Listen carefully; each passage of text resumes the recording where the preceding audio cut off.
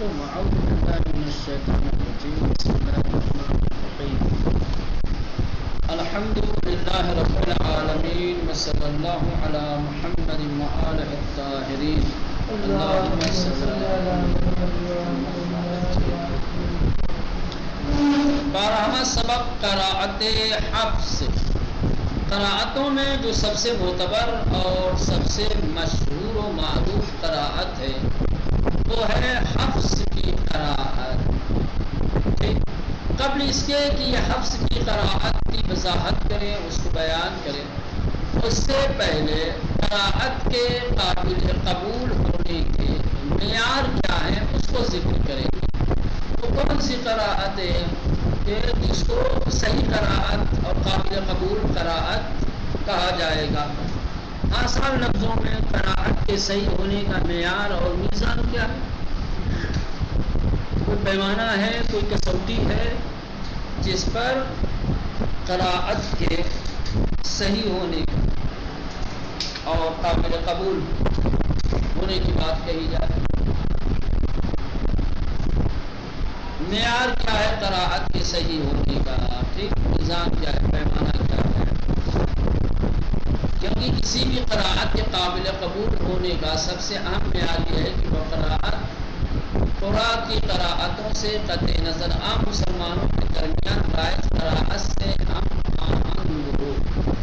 جہاں ایک طرف جو 7 مشہور قاری ہیں، سمجھ گئے ہیں، ان کی قراءتوں سے ہٹ کر کے مسلمانوں کے بیچ جو قراءت پائی جاتی ہے، مسلمانوں کے درمیان جو قراءت کا طور طریقہ ہے، جو روش ہے، اگر اس کے مطابق ہے تو کہا جائے گا کہ یہ قراءت صحیح ہے. سمجھ رہے ہیں؟ سورہ سبا کی قراءتوں کو ابھی آپ ایک طرف رکھیے. سورہ سبا کی قراءتوں کو آپ ابھی ایک جانب رکھیے. سورہ سبا کی قراءتوں کو اگر الگ کر دیا جائے، دوسرا کوئی معیار ہے قراءت کے صحیح ہونے کا؟ کہاں؟ یعنی عام مسلمانوں کی قراءت کی جو روش ہے، قراءت کا جو طریقہ ہے، اسی روش اور اسی طریقے سے کوئی قراءت کرتا ہے. آسان لفظوں میں قراءت کے صحیح ہونے کا معیار عام مسلمانوں کی قراءت ہے. جیسے عام مسلمان قراءت کرتے ہیں، آپ بھی ویسے ہی قراءت کیجیے. آپ کی قراءت سے اب آپ مسلمانوں کی قراءت سے ہٹ کر کے دوسرے طریقے سے، دوسرے انداز میں آپ قراءت کریں گے تو آپ کی قراءت صحیح ہوگی.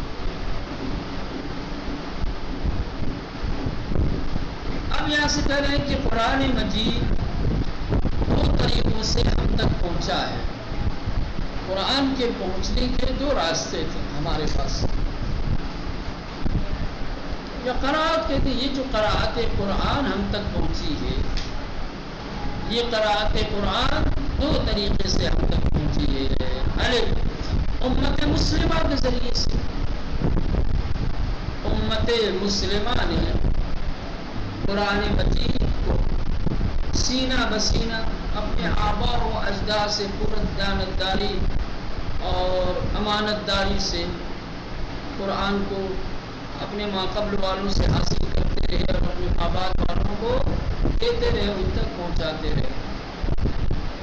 زمانے حیات پیغمبر سے مسلمانوں نے قرآن مجید کو کیا ہے پوری دیانتداری اور امانت داری سے حاصل کر کے اپنے بعد والی نسلوں کو کیا ہے سپرد کیا ہے، بعد والی نسلوں کے حوالے کیا ہے. یہ قراءت سینہ بسینہ یہ کے بعد دیگرے ہم تک پہنچی ہے.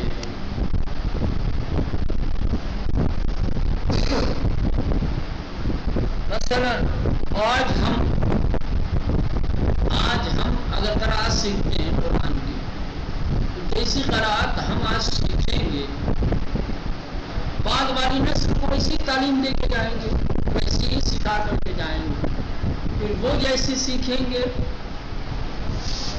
آنے والوں کو وہ ویسے سکھائیں گے. امت مسلمہ نے اسی روش، اسی طریقے سے ہم تک قرآن پہنچایا ہے. اصحاب پیغمبر نے نبی کریم سے سیکھا، نبی کریم سے اصحاب نے سیکھا، اصحاب سے تابعین نے جیسے سیکھا تھا ویسے ہی تابعین نے اپنے بعد والوں کو سکھایا، پھر تبع تابعین نے جس طریقے سے سیکھا تھا انہوں نے اپنے بعد والوں کو ویسے ہی سکھایا، پھر یہ سلسلہ آج ہم تک۔ قرآن کی قراءت جو ہم تک پہنچی ہے وہ دو طریقوں سے، ایک امت مسلمہ کے ذریعے سے، امت مسلمہ کے ذریعے سے یہ سینہ بسینہ کو اپنے اپنے آبا و اجداد سے، اور پھر ان کے آبا و اجداد نے پیغمبر اسلام سے قرآن کریم سیکھا، اور آج موجودہ نسل تک وہی قراءت منتقل ہوئی ہے۔ یہ وہی قراءت ہے جس کے مطابق موجودہ قرآن لکھا گیا ہے، اور عالم اسلام میں ہمیشہ سے یہی قراءت رائج رہی ہے، قراءت بدلی نہیں ہے۔ قرآن کی قراءت کے ذریعے ایک دوسرا طریقہ، جس طریقے سے جس راستے سے قراءت قرآن ہم تک پہنچی ہے وہ ہے قرآن سبا کی قراءت۔ مشہور قاریان قرآن کی قراءتوں کو جن لوگوں نے سیکھا انہوں نے اپنے استادوں کی قراءتوں کو دوسروں تک منتقل، تو ایک عام طریقہ تھا امت مسلمہ کا، ایک عام طریقہ تھا امت مسلمہ کا، امت مسلمہ کو جو طریقہ آتا تھا اس طریقے سے اپنے بعد والی نسلوں تک پہنچا۔ دوسرا ایک خاص طبقہ تھا سمجھ میں جو فن قراءت جانتے تھے، جیسے قرآن سبا، جیسے عام لوگ کی قراءت کرنے کا ایک طریقہ تھا، اور عام لوگ اپنے بعد والی نسلوں کو قراءت سکھا کر کے اور اپنی والی قراءت منتقل کر کے گئے ہیں، اسی طریقے سے قرآن سبا جو خاص قاریان قرآن تھے جن کی قراءتیں مقبول تھی، وہ بھی کیا کرتے تھے؟ شاگرد بناتے تھے، وہ بھی کچھ لوگوں کو قرآن کی تعلیم دیتے تھے، اور ان کے شاگرد اپنے استادوں کی قراءتوں کو دوسروں تک منتقل کرتے تھے۔ امت مسلمہ کی قراءت بھی ہم تک پہنچی ہے اور قرآن سبا کی بھی قراءت پہنچی ہے۔ آج ہمارے پاس جو قراءتیں ہیں، جو قراءتیں منتقل ہو کر کے ہم تک پہنچی ہیں، یہ دو طریقے سے پہنچی ہیں، ایک امت مسلمہ کے ذریعے سے، عوام الناس کے ذریعے سے، اور دوسرے قرآن سبا یا خواص کے ذریعے سے۔ پہلا والا جو طریقہ تھا عوام الناس والا، عرض یہ کر رہا تھا کہ قراءتیں ہم تک دو طریقوں سے پہنچی ہیں، عام مسلمانوں کے ذریعے سے، دوسرے قرآن کی قراءت کے ذریعے سے۔ عام مسلمانوں کے ذریعے سے جو قراءت پہنچی ہے ہم تک وہی اصل قراءت ہے، وہی قراءت پیغمبر، اسی قراءت کے مطابق قرآن نازل ہوا، اور قرآن کے ذریعے سے جو قراءتیں ہم تک پہنچی ہیں یہ قاریوں کی رائے اور ان کا اجتہاد کا نتیجہ ہے، کیونکہ یہ قراءت کے ماہرین تھے، اپنے نظریات کے مطابق قراءتوں میں اجتہاد کرتے تھے، جس اضافی اصل قراءت سے ہٹ کر کے۔ اب سوال یہ پیدا ہوتا ہے کہ جب قرآن کی قراءتیں نص کے خلاف ہے، ایک ہوتا ہے اجتہاد، ایک نص کا مطلب صحیح حکم تو خدا کا ہے، جو نبی کا ہے، اجتہاد یعنی اپنی رائے، اللہ اور رسول کی رائے کو نص کہا جاتا ہے، اور اس کے مقابلے میں جو رائے ہوتی ہے اس کو کیا کہتے ہیں؟ اجتہاد۔ ٹھیک ہے، تو کہہ رہے ہیں کہ عوام الناس والی جو قراءت تھی وہ نص کے مطابق تھی، قرآن کی جو روایت جو قراءتیں ہیں یہ اجتہاد ہیں، تو پھر نص کو چھوڑ کر اجتہادی قراءت کو قراءت صحیح کا معیار کیوں بنایا گیا؟ کیوں ہر جگہ حفظ کی روایت نظام؟ کریں کہ اکثر قاریوں کی قراءتیں اجتہادی ہیں سوائے قراءت عاصم کا روایت حفص، کہ ان کی قراءت کے اندر کسی طریقے کا کوئی اجتہاد نہیں ہے، ان کی قراءت وہی قراءت منصوص ہے، اسی لیے سب سے زیادہ مقبول بھی ہے اور اسی کو سب سے زیادہ ترجیح دی جاتی ہے۔ وہ قراءت صحیح کا معیار انہی کی قراءت کو قرار دیا جاتا ہے۔ بات سمجھ میں آئے؟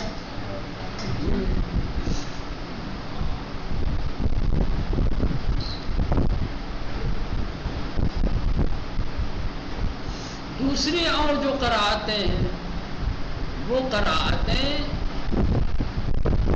حفص عاصم کی جو قراءت ہے، جو حفص کی روایت کے مطابق وہ کیا ہے؟ اس کے برخلاف ہے۔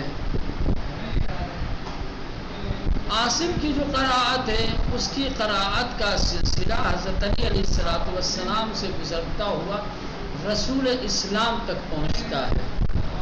سمجھ رہے ہیں؟ عاصم کی قراءت کیا ہے؟ سلسلہ سند دیکھیں گے، سلسلہ جب دیکھیں گے تو ان کی قراءت کا سلسلہ امیر المومنین علیہ السلام سے ہوتے ہوئے رسول اسلام تک پہنچتا ہے۔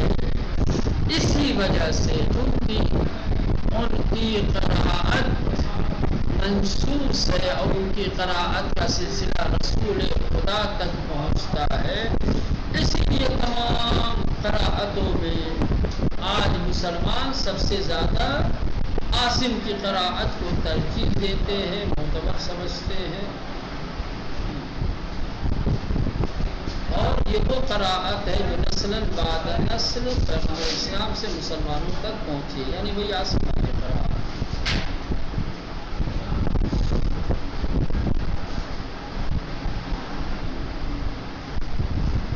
چلیے، یہ تو صحیح قراءت کا معیار بتایا تھا۔ اب یہاں سے جمہور مسلمین نے صحیح اور متواتر قراءت کے لیے کیا شرطیں بیان کی ہیں؟ کہہ رہے ہیں کہ متواتر اور صحیح قراءت کے لیے مسلمانوں نے 3 شرطیں بیان کی ہیں۔ نمبر 1، موجودہ قرآن سے مطابقت رکھتی ہو۔ اگر آپ کی قراءت موجودہ قرآن سے مطابقت رکھتی ہے، موجودہ قرآن کے مخالف نہیں ہے، تو صحیح ہے۔ دوسرے، عربی زبان کے جو فصیح ترین اور مشہور ترین اصول و قواعد ہیں اس کے مطابق ہو۔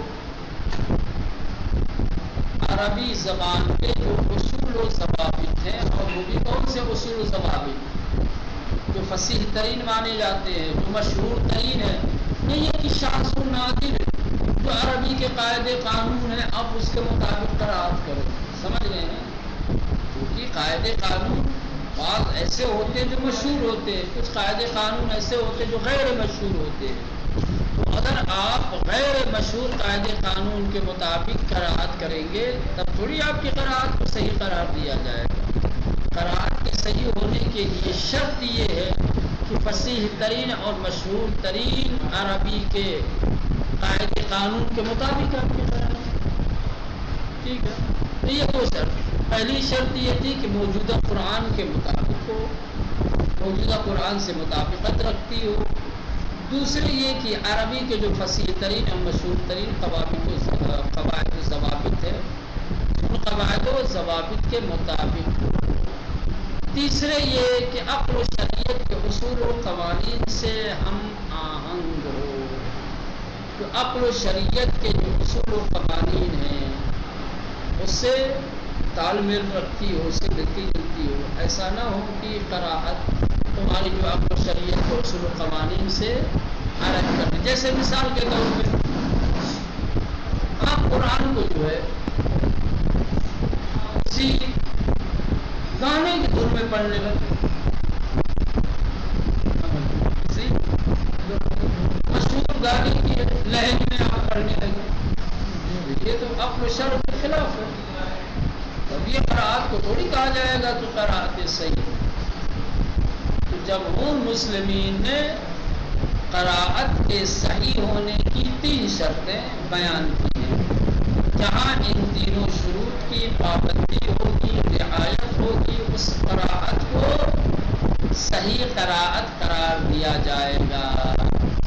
سوال کیا جائے گا آپ سے کہ جمہور مسلمین نے قراءت کے صحیح ہونے کی کیا شرطیں بیان کی ہیں؟ جواب، جمہور مسلمین نے قراءت کے صحیح ہونے کی 3 شرطیں بیان کی۔ نمبر 1، موجودہ قرآن سے مطابقت رکھتی ہو، ایسا نہ ہو کہ آپ کے قرآن میں لکھا کچھ اور ہے اور یہ جو پڑھ رہے ہیں کچھ اور ہی پڑھ رہے ہیں، موجودہ جو قرآن ہے اس کے مطابقت نہیں ہے، کیونکہ برصورت اس بات میں بھی اختلاف پایا جاتا ہے کہ آج جو موجودہ قرآن ہے اس میں کچھ کمی ہوئی ہے۔ جیسے آپ کو بہت سارے ایسے سورہ کی مثال پیش کی جائے گی یا ایسے سورہ سے تعارف کرایا جائے گا کہ جن سوروں میں آج جو آیتیں موجود ہیں اس سے زیادہ ان میں آیتیں موجود ہونے کی بات کہی جاتی ہے۔ کہا جاتا ہے کہ فلاں سورت اس میں آج اتنی ہے لیکن کل تو اتنی تھی۔ کیا مثال کے طور پر آج قرآن مجید کے فلاں سورت کی فلاں آیت کو اس طریقے سے پڑھا جا رہا ہے جبکہ فلاں فلاں فلاں نے ایسے پڑھا ہے نا، یہ سب مسئلہ موجودہ قرآن کے مطابق ہونا چاہیے، موجودہ قرآن سے مخالف نہ ہو۔ دوسرے، عربی زبان کے جو مشہور ترین فصیح ترین قواعد و ضوابط ہیں، جو اصول ہے، قاعدے قانون ہے، جو دستورات ہیں، اس کے مطابق ہو۔ ایسا نہ ہو کہ آپ مشہور قاعدے قانون کو چھوڑ کر کے کسی کا کوئی شاذ و نادر والا قول ضعیف ہو ہے نا، آپ اس کے مطابق قراءت کرنے لگے تو پھر آپ کی قراءت صحیح نہیں ہوگی۔ آپ کی قراءت اسی وقت صحیح ہوگی جب آپ عربی زبان فصیح ترین اور مشہور ترین کے مطابق۔ تیسرے یہ ہے کہ قراءت عقل و شریعت کے اصول و قوانین سے ہم آہنگ ہو، یعنی عقل و شریعت کے اصول کے مطابق ہو۔ ایسا نہ ہو کہ قراءت عقل و شریعت کے دستور کے مخالف ہو۔ اگر یہ 3 باتیں بیان کی ہیں، 3 جو شرطیں بیان کی ہیں، ان شرطوں کے مطابق ان شرطوں کی پابندی اور رعایت کر کے قراءت کی جائے گی تو قراءت صحیح